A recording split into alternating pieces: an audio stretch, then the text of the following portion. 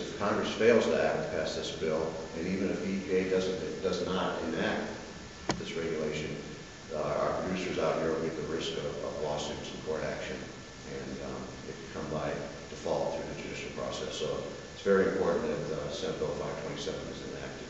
So thank you.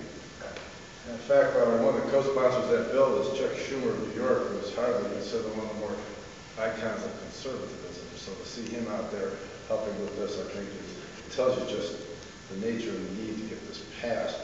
At this time, we do have some representatives from the other industries if they'd like to say a couple of words. First of all, Adam Sharp from Ohio Farm Bureau, would you like to say a few words?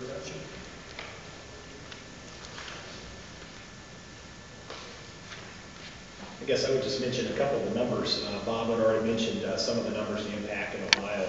But just to give you the percentage breakdown, when you look at the milk industry in Ohio, that'd be about 98% of every dairy farm in the state of Ohio, in the country as well, about 98%. When you look at the beef production in this country, it'd be about 89% of the growers would be affected, of those with beef, and hogs about 96% of the hog producers. So those numbers tell the story right there, because you are talking about really not very much livestock at all on a single farm would have to be required to receive such a permit under the Clean Air Act if this proposal is allowed to move forward. Thank you very much. Thank you, Adam. Scott Higgins from the Ohio Livestock Association. Scott, you have to say a few words?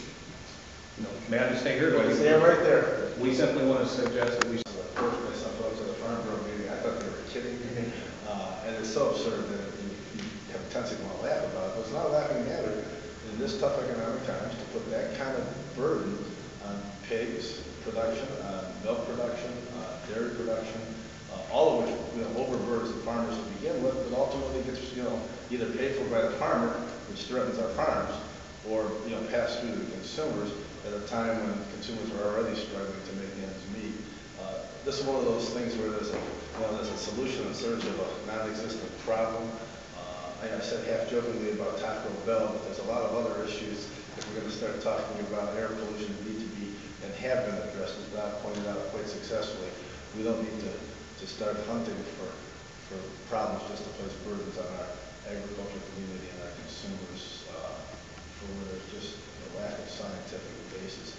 And I think Bob says the best when he says mission creep. There's a tendency for bureaucrats to want to continue, and when they solve one problem, find another one for job security reasons. We would suggest they look elsewhere than harass the agricultural community. I said it yesterday, the wolves are running wild in Washington. We don't want them to threaten our pork and our cattle and our livestock.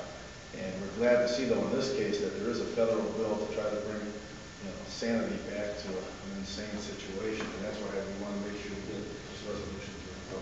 So I want to say something else that just came to mind. We didn't talk about the benefits of the livestock industry other than obviously the economic benefits. It provides a lot of jobs here, and you said 1 out of 7.